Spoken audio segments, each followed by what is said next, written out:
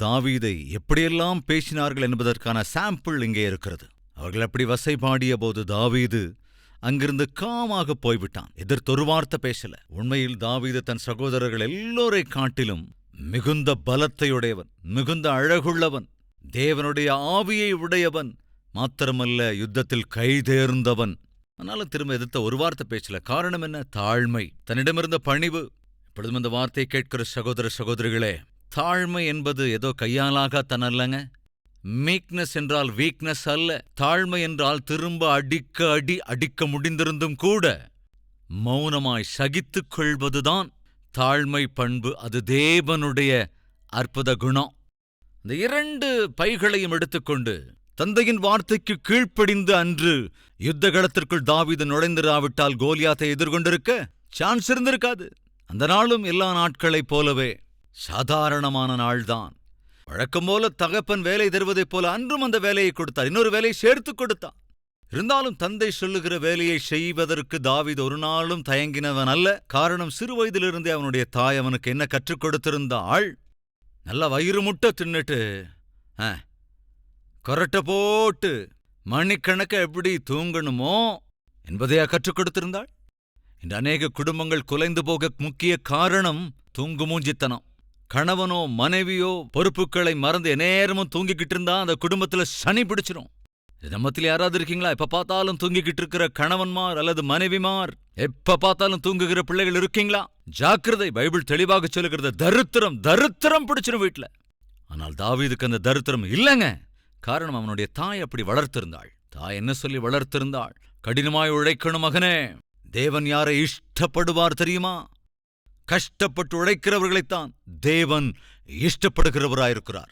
அப்படி கஷ்டப்பட்டு கடினமாய் உழைக்கிற குணம் தாவீதுக்கு இருந்ததால் தான் அந்த 2 பைகளையும் எடுத்துக்கொண்டான், யுத்த பூமிக்கு வந்தான். யுத்தகளத்திற்கு வர காரணம் என்ன? தாவீது பேச்சுக்கு கீழ்ப்படுகிறவன், தந்தைக்கு கீழ்ப்படுகிறவன், தாழ்மையும் பணிவும் உடையவன். அன்பு சகோதர சகோதரிகளே, பலிகளை செலுத்துவதைக் காட்டிலும் தேவனுடைய வார்த்தையை கேட்பதே மேன்மையானது. கீழ்ப்படிதல் மேன்மையானது.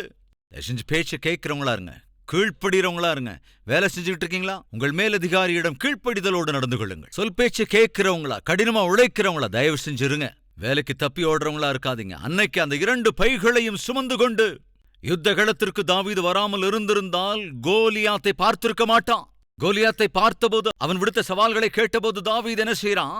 சேனைகளின் தேவனாகிய கர்த்தரை விரோதிக்கிறதற்கு விருத்த சேதனமில்லாத இவன் எம்மாத்திரம், அவ்வளவு வைராக்கியம் அவனுக்கு.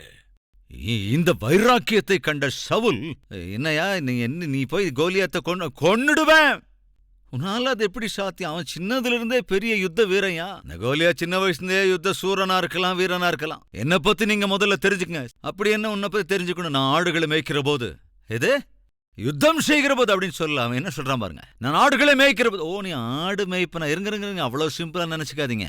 நான் சொல்றத கொஞ்சம் கேளுங்க. ஆடுகளை மேய்த்து கொண்டிருந்த போது, ஆடுகளை மேய்ச்சிக்கிட்டு இருந்த போது ஒரு கரடி வந்தது. கரடி என்ன செஞ்சு? கொன்னு போட்டுட்டேன். ஒரு சிங்கம் வந்தது, அதை பீறி போட்டு விட்டேன். கரடியின் கைக்கும் சிங்கத்தின் கைக்கும் என்னை ரட்சித்த என் தேவன் இந்த கோலியாத்தின் கரங்களுக்கும் என்னை கட்டாயம் தப்புவிப்பார். அந்த கோலியாத்து பல ஆயுதங்களை தாங்கி வருகிற போது தாவீது அவனை பார்த்து சொன்னான், ஈட்டியோடும் பட்டயத்தோடும் வருகிறாய், நானும் இஸ்ரவேலின் சேனைகளுக்கு அதிபதியாகிய தேவனாகிய கர்த்தரின் நாமத்தில் வருகிறேன். இந்த யுத்தம் கர்த்தருடையது. இந்த கோலியாத்து ஈட்டியோடும் பட்டயத்தோடும் வருகிற வேளையில தாவீது என்ன செய்யறான்? ஒரு சின்ன கவனம் எடுத்துக்கிட்டு அப்படி ஜாலியா சுத்துற மாதிரி சுத்தி கோலியாத்து சொல்ற, என்னடா குச்சியோட வர்ற, நீ என்ன பார்த்தா நாயின்னு நினைச்சிட்டியா? டே, நீ நாயை விட கேவலமானவன்டா. அந்த கவனை இப்படி சுற்றி சுற்றி விடுகிற போது ஒரே ஒரு கல்லை கொண்டு கோலியாத்தை சாகடித்தான். அந்நாளிலே பிரெஞ்ச் தந்தையின் பேச்சுக்கு கீழ்ப்படியாமல் இருந்திருந்தால், இந்த கீழ்ப்படிதல் எதற்கு? ஒரு 2 பேக் எடுத்துட்டு போறதுக்கு. நான் சொல்றது உங்களுக்கு புரியுதா? பெரியவர்கள் ஏன் அப்படி பெரியவர்கள் ஆனார்கள் என்றால், சின்ன சின்ன விஷயங்களில் கூட அவர்கள் பணிவை, கீழ்ப்படிதலை தொடர்ந்து காண்பித்து வந்ததினால்தான்.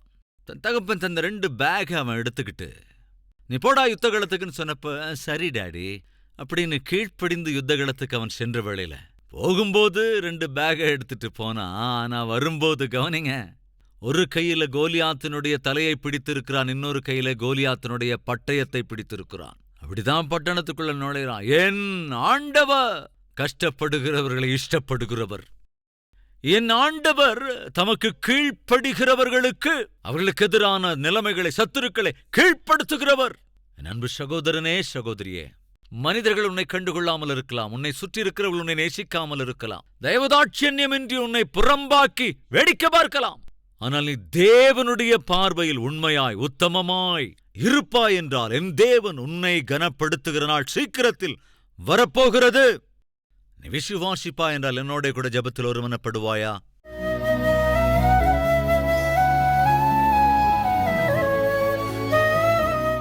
மகா பரிசுத்தமும் அன்பும் நிறைந்த பிதாவே, தாவீதின் வாழ்க்கையிலே இடம்பெற்ற சம்பவங்கள், அதற்கு பின்னால் இருக்கிற காரண காரியங்கள் என்ன, எல்லாவற்றையும் என்று நாங்கள் கேட்டிருக்கிறோம். தாவீதினுடைய வாழ்க்கையிலே இடம்பெற்ற சம்பவங்கள் ஒவ்வொன்றும் ஆண்டவரே எங்களுக்கு பாடத்தை கற்றுக் கொடுக்கிறது. நாங்கள் புரிந்து கொள்ள வேண்டிய காரியம் ஒன்றே ஒன்றுதான். தாவீது அன்று வெறுத்து ஒதுக்கப்பட்டான். தாவீது ஏளனமாக பார்க்கப்பட்டான். தாவீது ஒரு வேலைக்காரனைப் போல், ஒரு அடிமையைப் போல் ஆண்டவரே நடத்தப்பட்டான். அதை நாங்கள் புரிந்து கொள்கிறோம். அவன் கடைசி பிள்ளை என்பதால் கடைநிலையிலேயே வைத்தார்கள். ஆடுமைப்பன் என்று ஆடுகளினிடத்திலேயே வைத்தார்களே தவிர தகப்பன் கூட தன் பிள்ளை நன்றாக வர வேண்டும், வளர வேண்டும் என்று ஆசைப்படவில்லை. ஆனால் நீர் தெரிந்து கொண்டீர். தாய் மறந்தாலும் தகப்பன் மறந்தாலும் நான் உன்னை மறவேன் என்று வாக்கு பண்ணின தேவன், நீர் தாவீதை ஒரு காலம் மறக்கவில்லை. இதோ இப்பொழுதும் கூட எங்களில் யாரெல்லாம் நிந்தைகளினால், அவமானங்களினால், புறந்தள்ளுதலினால், வேதனைகளுக்கு, கஷ்டங்களுக்கு ஆளாகி பொறுமையோடு தங்கள் வேலைகளை செய்து கொண்டிருக்கின்றார்களோ, நல்மனதோடு கூட வாழ்ந்து கொண்டிருக்கிறார்களோ, அப்படிப்பட்ட பிள்ளைகளை கண்ணோக்கி பாருங்க, தரிசிங்கப்பா. ஆண்டவரே, சோம்பேறித்தனத்திலிருந்து, போஜன பிரியத்திலிருந்து, தூக்கத்திலிருந்து ஆண்டவரே பிள்ளைகளை விடுவித்து உம்முடைய பார்வைக்கு நாங்கள் எப்பொழுதும் சுறுசுறுப்பானவர்களாய், ஆவிக்குரியவர்களாய், ஆண்டவரே கடினமாய் உழைக்கிறவர்களாய், பிள்ளைகளின் மீது பொறுப்பு மிக்கவர்களாய், அதேபோல தாய் தகப்பனிடத்தில் கீழ்ப்படிதலோடு இருக்கின்ற பிள்ளைகளாய் நாங்கள் எல்லோரும் வாழ கிருபையிரள வேண்டும் என்றும், நல்ல நாட்கள் வரப்போகிறது. உம்முடைய சித்தத்தின் அடிப்படையில் உண்மையாய் உத்தமமாய் வாழ்கிறவர்களுக்கு அந்த ஆசீர்வாதம் வரப்போகிறது. அப்படிப்பட்ட கூட்டத்தில் நாங்களும் இருக்க கிருபையிரள வேண்டும் என்று இயேசுவின் நாமத்தில் வேண்டிக் கொள்கிறோம் பிதாவே. ஆமென். இந்த டெய்லி டிவோஷன் உங்களுக்கு ஆசீர்வாதமா இருக்கும் என்றால் 10 பேருக்கு ஷேர் பண்ணுங்க, லைக் பண்ணுங்க, ஒரு கமெண்ட் போடுங்க. தேவன் தாமே துணையாயிருப்பாராக. ஷலோம்.